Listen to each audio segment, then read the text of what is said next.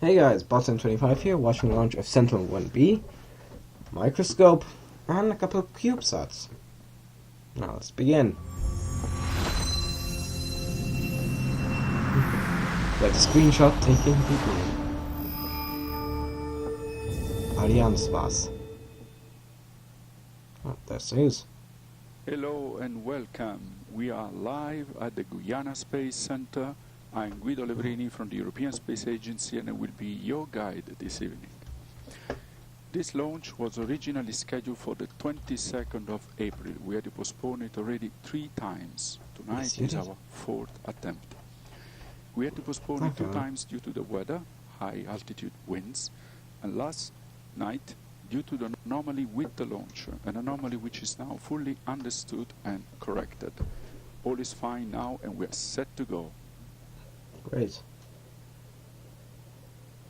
Ladies and gentlemen, welcome for our 3rd launch of the year from the Guyana Space Center, the first with Soyuz. For today's mission, Soyuz is set to deliver several satellites into low Earth orbits, all inclined at 98.2 degrees with respect to the equator. Sentinel-1B is another satellite of European Commission's flagship program, Copernicus, dedicated to sustainable development, alongside to support humanitarian aid and crisis situations. Then, a second set consisting of 3 CubeSats will be separated about 2 hours and 48 minutes after liftoff on a lower and slightly elliptical orbit. These nanosats were designed and built by European students in the frame of ESA Academy Flyer Satellite Program, an educational initiative to foster science and technology careers in Europe. Microscope is a 300-kilogram scientific spacecraft designed and built by the French space agency, CNES. Its purpose is to verify and possibly challenge the principle of equivalency between inertial and gravitational masses. It is always a source of great pride for Arianespace to provide European institutions with independent access to space thanks to our launch vehicle family. Even though Soyuz is Tonight's a Russian mission vehicle. is emblematic of such ambition.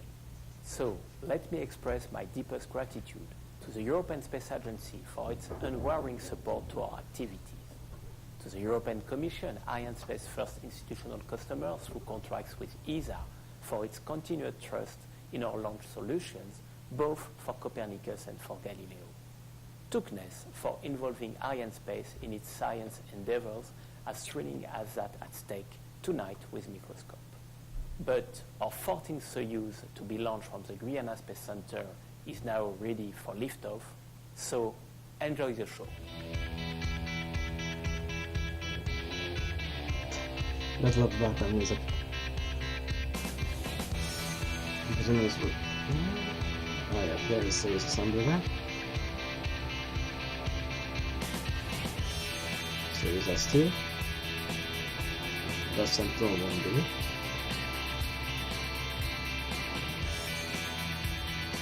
The European Space Municipal Partners in Space. Flyer Satellite by 3 European universities. Microscope and CNES. See, by CNES. Of course, here is at different stages of development. Yes, these on the pod. Sentinel-1B, Flyer Satellite, Microscope. We have 3 missions to launch tonight for a total of 5 satellites. The primary mission is Sentinel-1B, built by Thales Alenia Space of Italy for the European Space Agency and the European Commission. Sentinel-1 is part of a flagship program, Copernicus. The second mission is a science experiment called Microscope from the French Space Agency, CNES. And the third mission is an ensemble of 3 little satellites made by students, whose work has been coordinated by the ESA education program, Flyer Satellite. A particularly big welcome to all of the young people watching the launch. And here we see the protagonist of the evening, the launcher Soyuz, which is built of 4 stages from the bottom to the top. You see the boosters, the 3rd stage, the 2nd stage, the 3rd stage, and now frigate. We'll talk about it later. This is the fairing which contains our satellite. On the very top you see Sentinel-1B, the biggest one, and below Sentinel-1B now you see Microscope, which is inside the structure which supports Sentinel-1B, 2.2 tons. And this is Mission Control, Stéphane Israel, CEO of Arianespace. This is where the difficult decisions are taken when something does not go exactly as planned. Sentinel-1B is part of Europe Copernicus program to better understand our planet. It consists of 6 families of Sentinel satellites.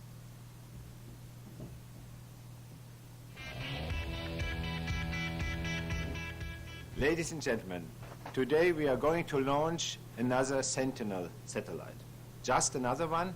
It's Sentinel-1B? No, it's more than just another one, because it's one out of 2, a pair of Sentinel-1A and Sentinel-1B. Both are looking to the Earth with radar instruments, being able to look to the Earth during night and also during cloudy weather. And Sentinel is more than just Sentinel-1. It's a fleet of Sentinel. It's the 4th already, which we launched today. And the Sentinel satellites are part of the Copernicus program, which we deliver together with the European Commission for Earth observation of the future. With that, Sentinel becomes already an operational system for Earth observation. And by having 2 satellites of the same type, we can reduce the revisiting time dramatically. And Sentinel data is already used by the general public and by companies worldwide, because we have the free and open data access in Copernicus, so it's not only the European user, but worldwide the data of Sentinels are really of big use. So I hope that we will have a successful launch later on, and I wish you a very nice evening today in Kourou. Sentinel-1B arrived here on the 8th of March by plane. Microscope followed a couple of days later, and 2 weeks later also the 3 CubeSat arrived by plane from the technical center of the European Space Agency in the Netherlands. They were carried as hand luggage.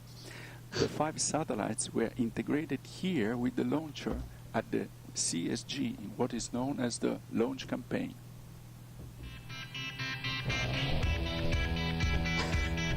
The launch campaign Soyuz VS-14 began on March 1st with operation on the upper stage frigate in the MiG building.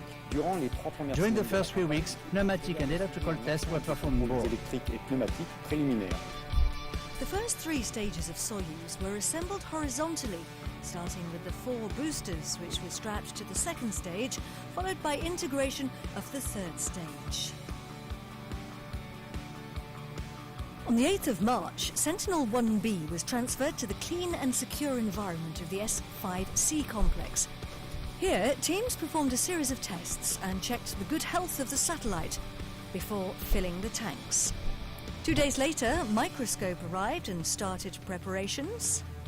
After filling of the tanks in the F-Cube, frigate was transferred in S3B in order to perform the combined operation with spacecraft. Microscope was integrated with the adapter called ASAP-S. Then it was the turn of the Fly Your Satellite CubeSats to take their place in their separation system. The ASAP-S, with Fly Your Satellite and Microscope attached, was then assembled on the frigate upper stage. Sentinel-1B was then attached on top of the ASAP-P. The whole stack was carefully hoisted and encapsulated inside the protective case of the fairing. Early on the 19th of April, the first 3 stages were transferred horizontally to the pad and raised to a vertical position. Later that afternoon, it was the turn of the upper composite to be transferred from the satellite buildings and integrated with the Soyuz, ready for launch.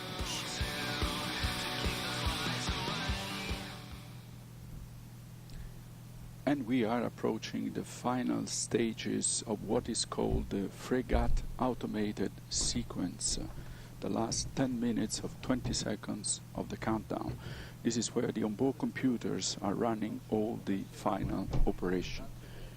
Here we see the Norwegian Jon Haar, our range operation manager tonight. So we had a delayed launch, first due to the weather. due to high altitude winds. I have to tell you, it's been raining cats and dogs here. I mean, we are at the tropics, but rain does not stop us for launches. It was the Aulus god of the winds who was not with us. And yesterday there was a technical issue with the launcher, issue which has been resolved completely by now. So all satellites are safe in the fairing on top of Soyuz, and we're set to go for this evening.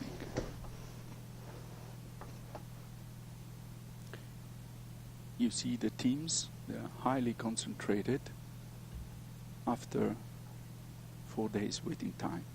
So we heard about Sentinel-1B. Let's get more information about the other two missions. There's what other two missions?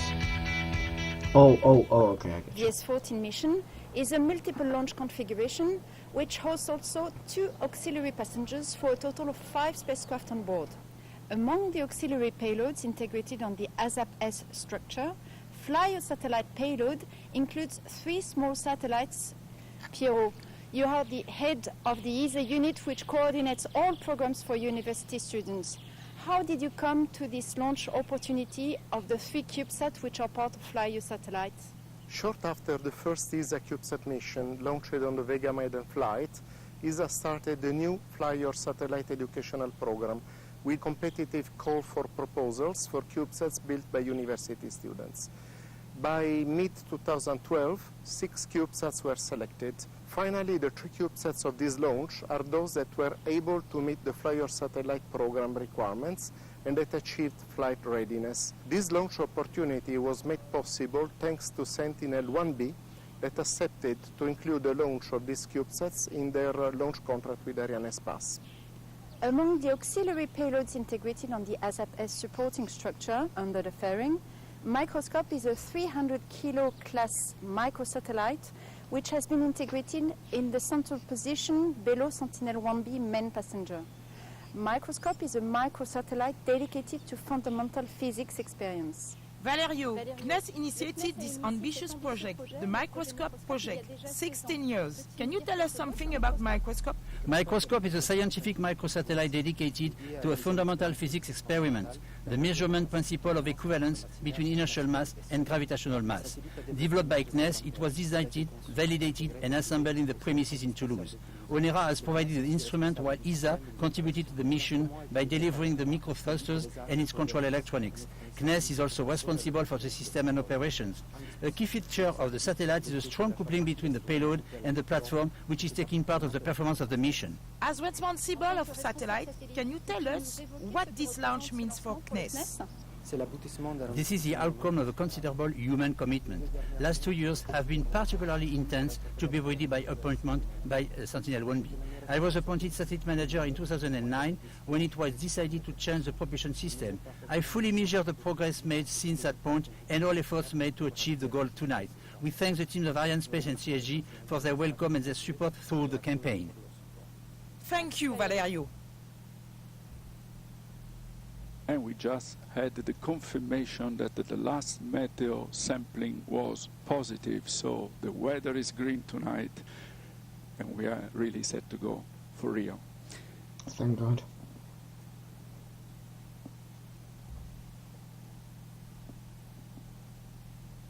Okay, I missed the moment. You see the mission control, but there is another control center here at the CSG. The CSG, you see the pad now, the CSG is a very large area.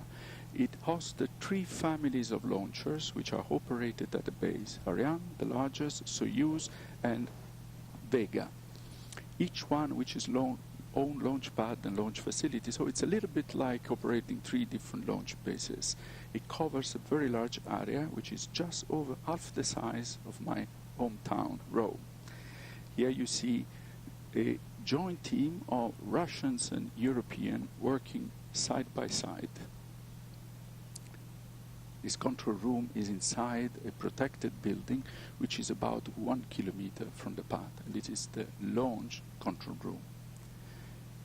And we are reaching the point that we call Key on start, Kluch na start in Russian. It is the final phase of the Soyuz automated sequence. It lasts 5 minutes and 20 seconds. As that's occurred by now.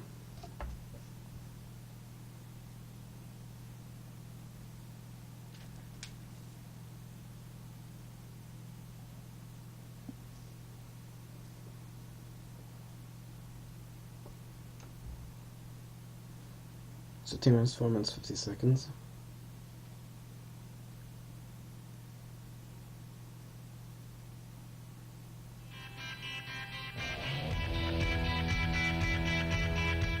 For tonight's launch, we use Galio, the CSG station of CSG in French Guiana, 2 Canadian stations, Saint-Hubert and Saskatoon, the Indian station of Lucknow, and finally, a station located on Mauritius Island in the Indian Ocean. These stations allow us to follow the launcher during the main phases of the flight, and because of the duration of the mission tonight, each of them will be used at least 2 times. The data collected by these stations are sent in real time to the CDLS, the Soyuz Control Center in French Guiana, and to the Frigate Flight Monitoring Center in Moscow. And the parameters that are the most representative of the functioning of the launcher are monitored by a set of technical experts from Space and from its Russian partners. These data concern the propulsion of the launcher, its trajectory, and the flight control. They are compared to the forecast throughout the flight, and a continuous synthesis of the launcher behavior is done for the high management in Jupiter and for the launch teams in the CDLS. This is what we call the CVI, or the Instant Visual Control. This real-time monitoring is really important, as it allows to check that the flight is nominal and to confirm our customers that their satellites were separated as expected. And this is mission control, and here we see the launch pad. You see this big gray metal mast is called Upper Composite Umbilical Mast, or KZM. You are going to see it pull it away just before the launch, 35 seconds before the launch. Umbilical means that inside there are the umbilical lines that take info from the satellites to the team on the ground. When it is disconnected, it means that our satellite will not be powered by the ground any longer and will start to survive on its own, will be powered on its own batteries. And Sentinel-1B will stay on its own batteries as long as, after separation, has not deployed its wings, has not opened its solar array, reaching what we call a power positive state, meaning more power comes in that is needed to survive. A word on the ignition sequence of Soyuz. Soyuz, there is a system for checking the health of the engines before it leaves the pad. It ignites all 5 engines 17 seconds before liftoff. There are 4 on the 4 boosters and 1 on the core stage.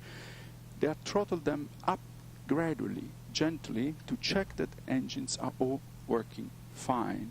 Remember that Soyuz also carries people, not tonight. So, when they reach full thrust, then you will see the vehicle leaving the pad.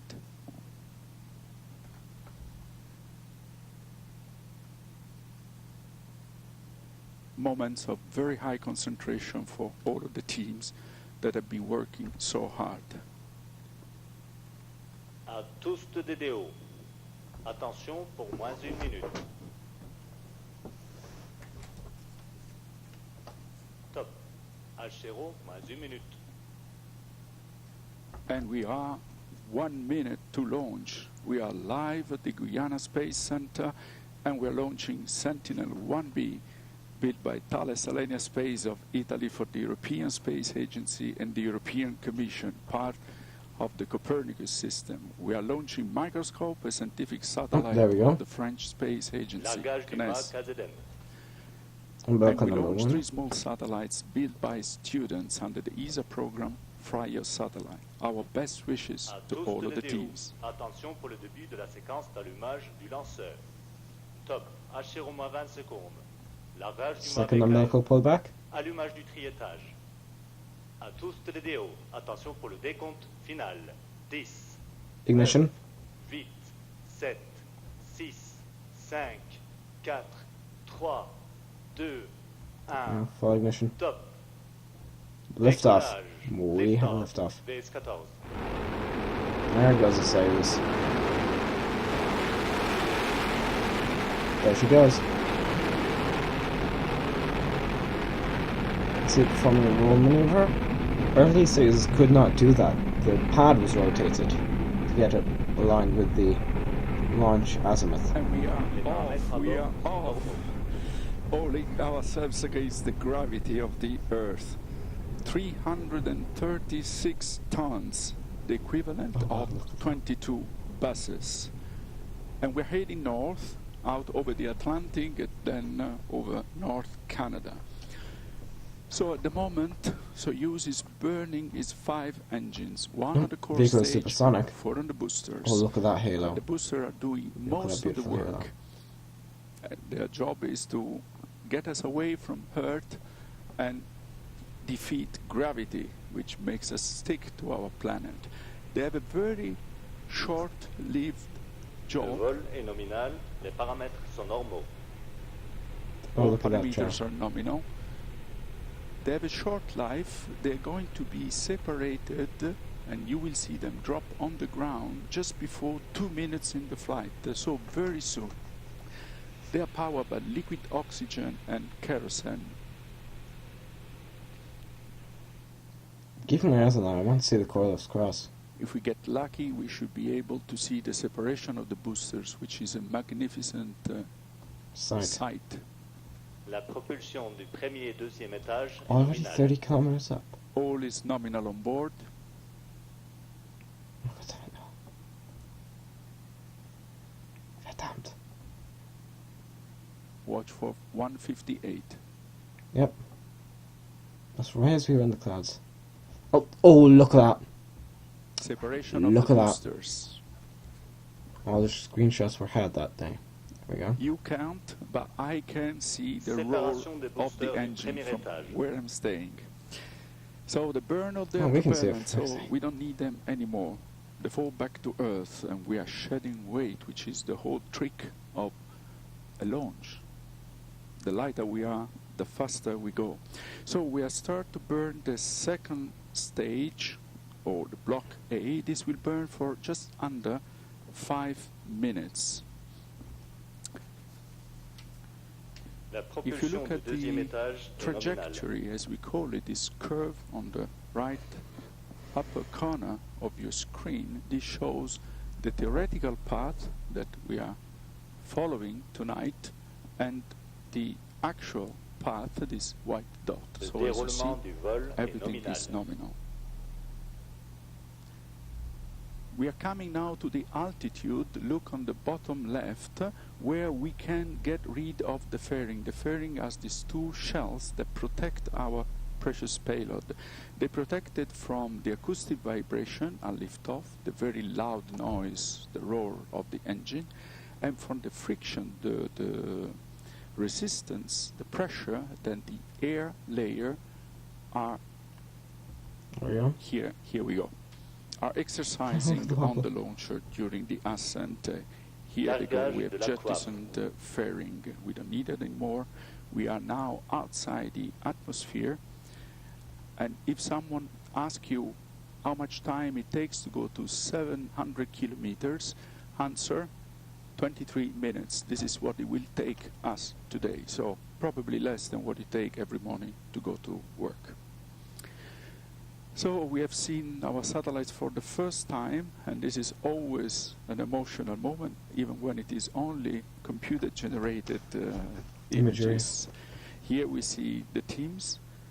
I'll tell you, they've really worked hard in all these days, and they kept the concentration, and today is the day.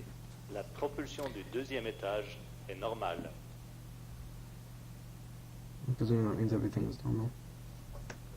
So we're coming to the point where the second stage will be shut down, will be falling away, and we will start igniting the third stage.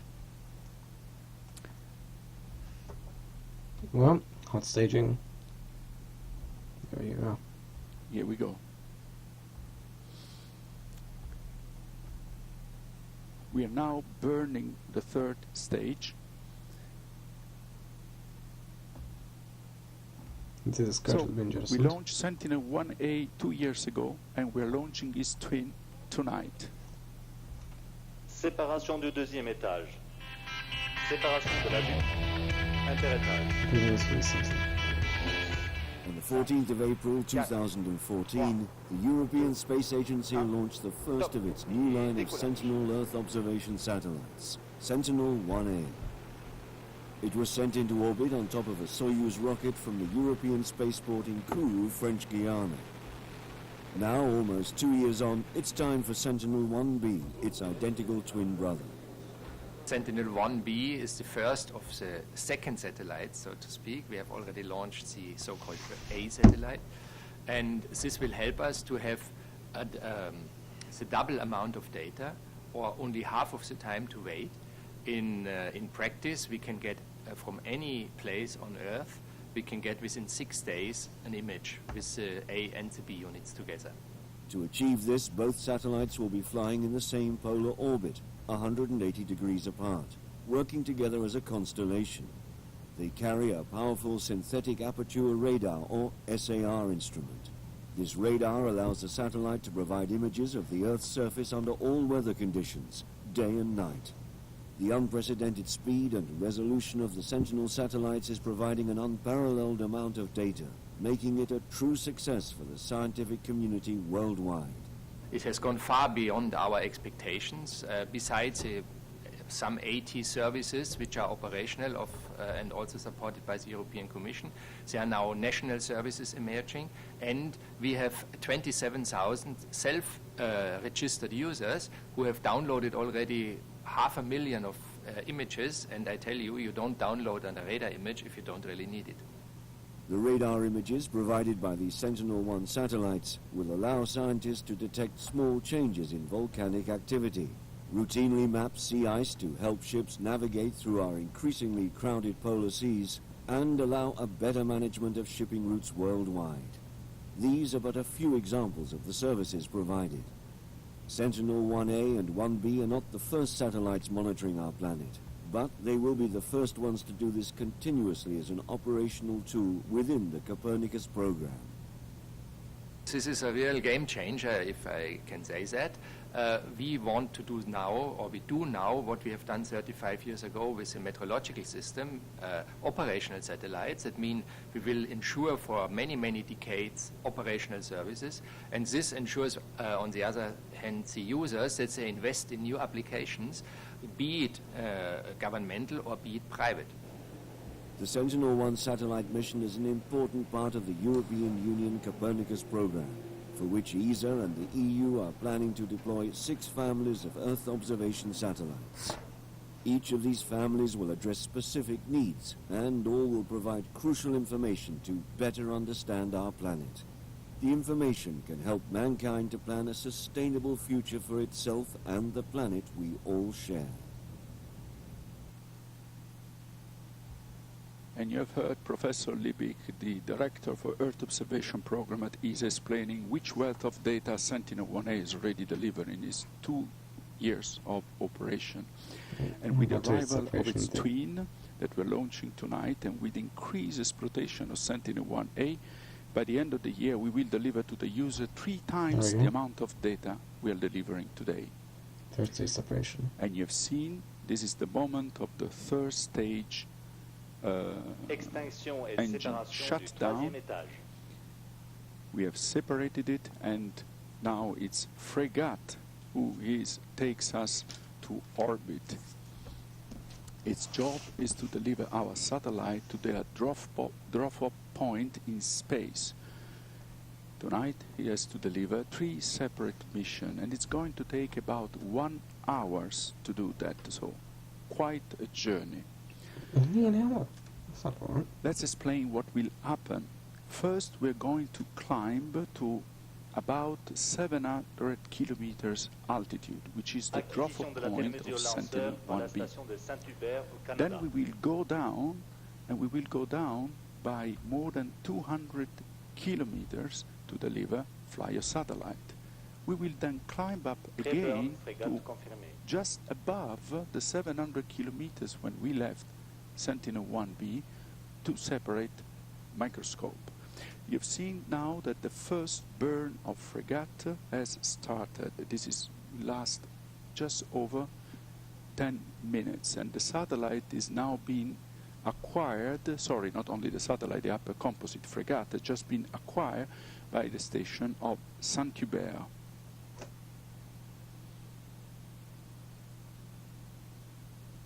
Our flight path tonight takes us north, so we are over northern Canada, and it is there, not yet, where we will separate Sentinel-1B.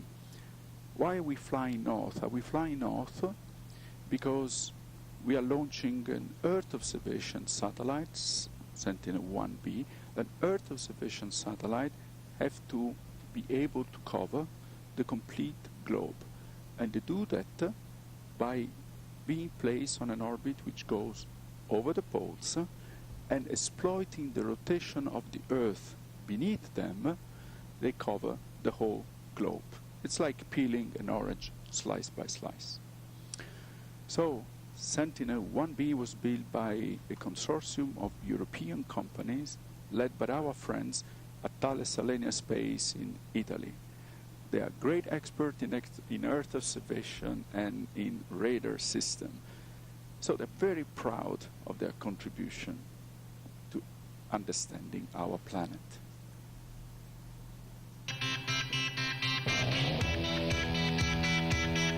And contractor.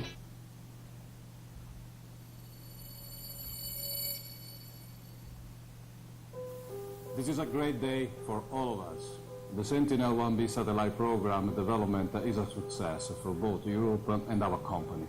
It's another step forward for Europe's flagship program that will provide crucial climate data. More than 400 Thales Alenia Space engineers and specialized technicians in Rome, L'Aquila, Milan, Madrid, Charleroi, Toulouse and Cannes have given their best and their top quality work to this program. As you know, Thales Alenia Space is prime contractor for the Sentinel-1 satellite, and this launch is particularly significant for our company.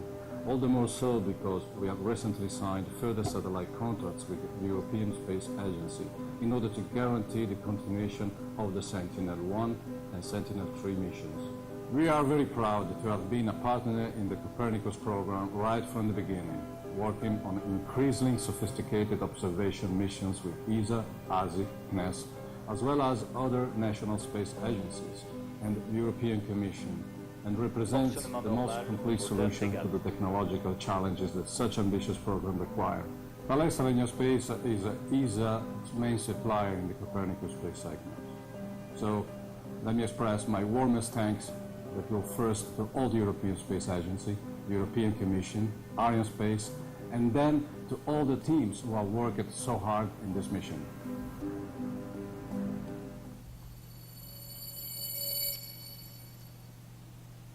Space is about cooperation. Space has no frontiers. Copernicus is the result of a successful cooperation between the European Space Agency and the European Commission. And Sentinel-1 is an example of industrial partnership between two companies, Thales Alenia Space and Airbus Defence and Space, that any other day where they do not work on Sentinel are competitors.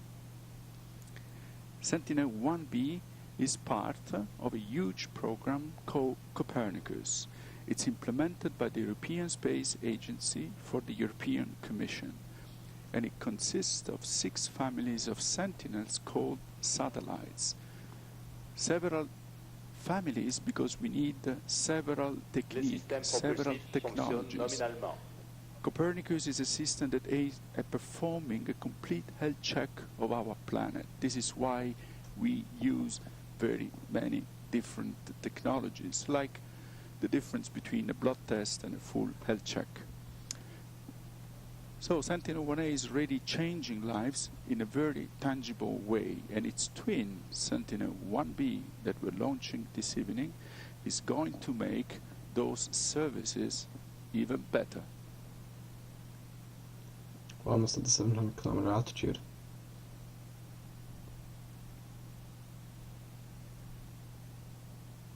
I do wonder if they will provide continuous coverage, because I believe this mission will take longer than an hour. Soon Sentinel-1B will be put into orbit working as a constellation with Sentinel-1A. Both satellites will gather operational data for Copernicus, the European Union's global monitoring for environment and security program. This program aims to offer users from around the globe satellite and institute data, along with dedicated services. Already we can see that this data is changing the work of many institutions. Here at the Danish Meteorological Institute, the DMI in Copenhagen, Copernicus data has definitely an impact on the activities. Copernicus is changing our work in two ways, both that it has provided us with a platform to combine all the data that we are collecting, but also in the sense that we can now provide a better service to our users because we now have funding to produce these forecasts that our users are asking for, the forecast for Danish waters, for the ocean currents, for the salinity and temperature. One of these products that the DMI produces are ice charts for the Nordic waters. This process of receiving environmental data and making ice charts is key for living in the Arctic regions. With lives of people working and traveling at sea at stake, it's necessary for the DMI to track the position and thickness of sea ice on and around the shipping routes. The creation of these ice charts greatly benefits from the new Sentinel-1 data. Well, we get especially Sentinel data from ESA. We use that to make ice charts of Greenland.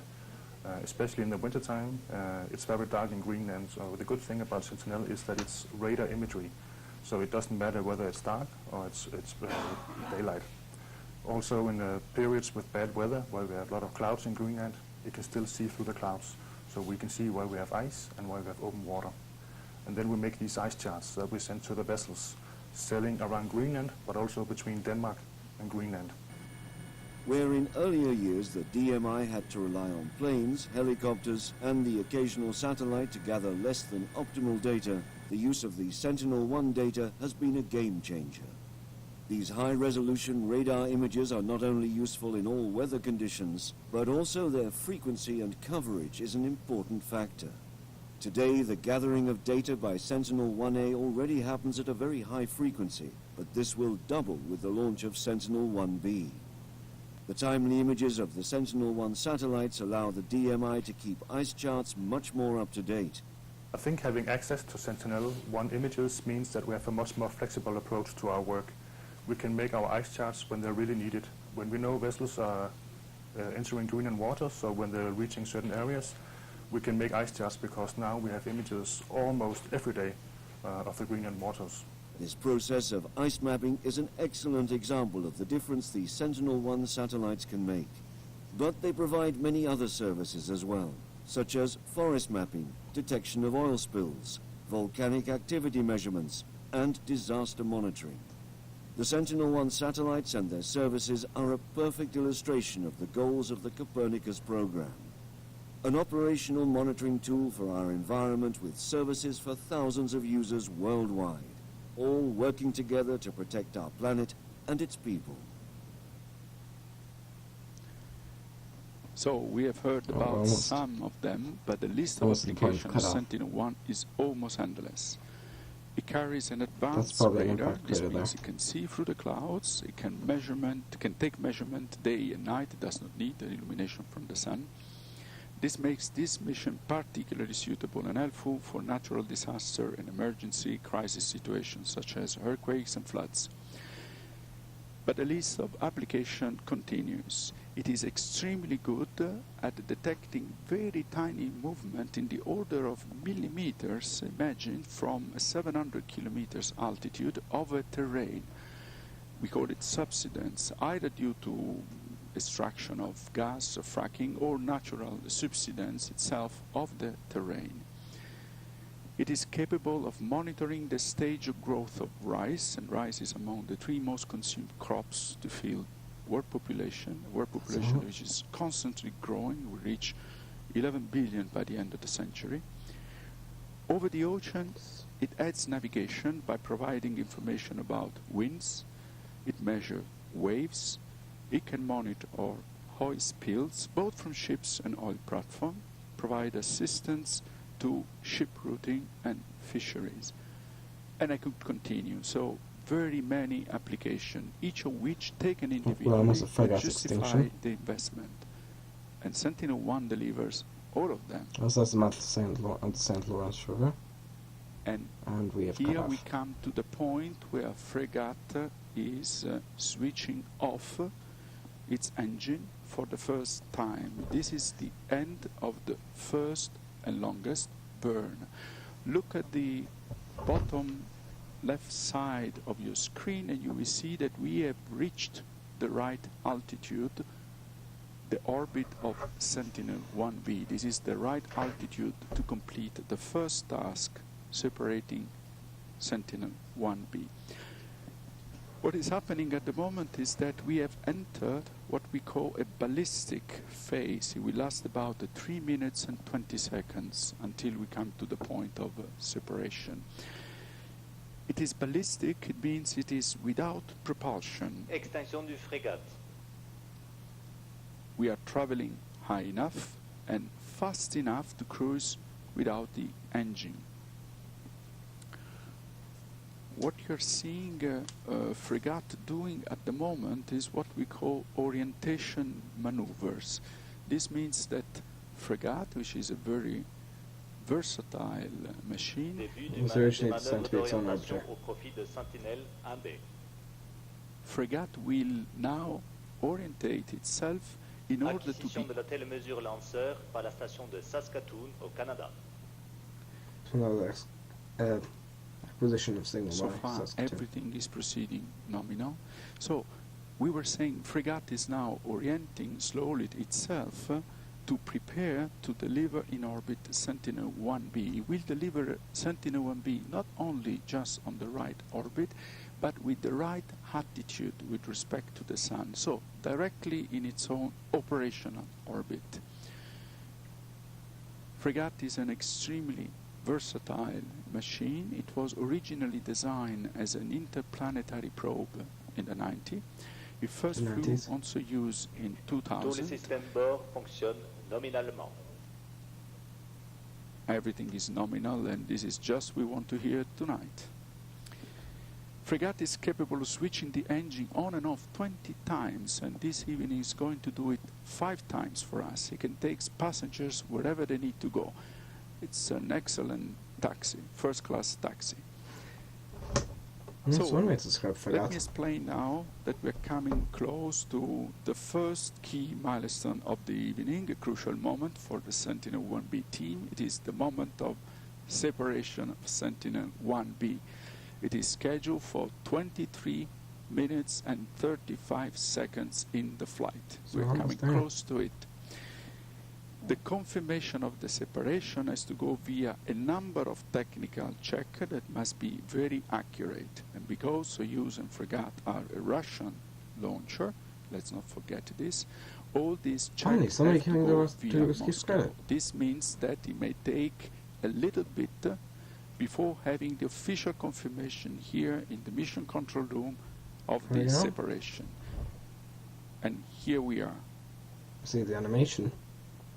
So, Sentinel-1B, high up in space, is separated from Frégate, but we need to wait to get the confirmation of the separation from the launcher side.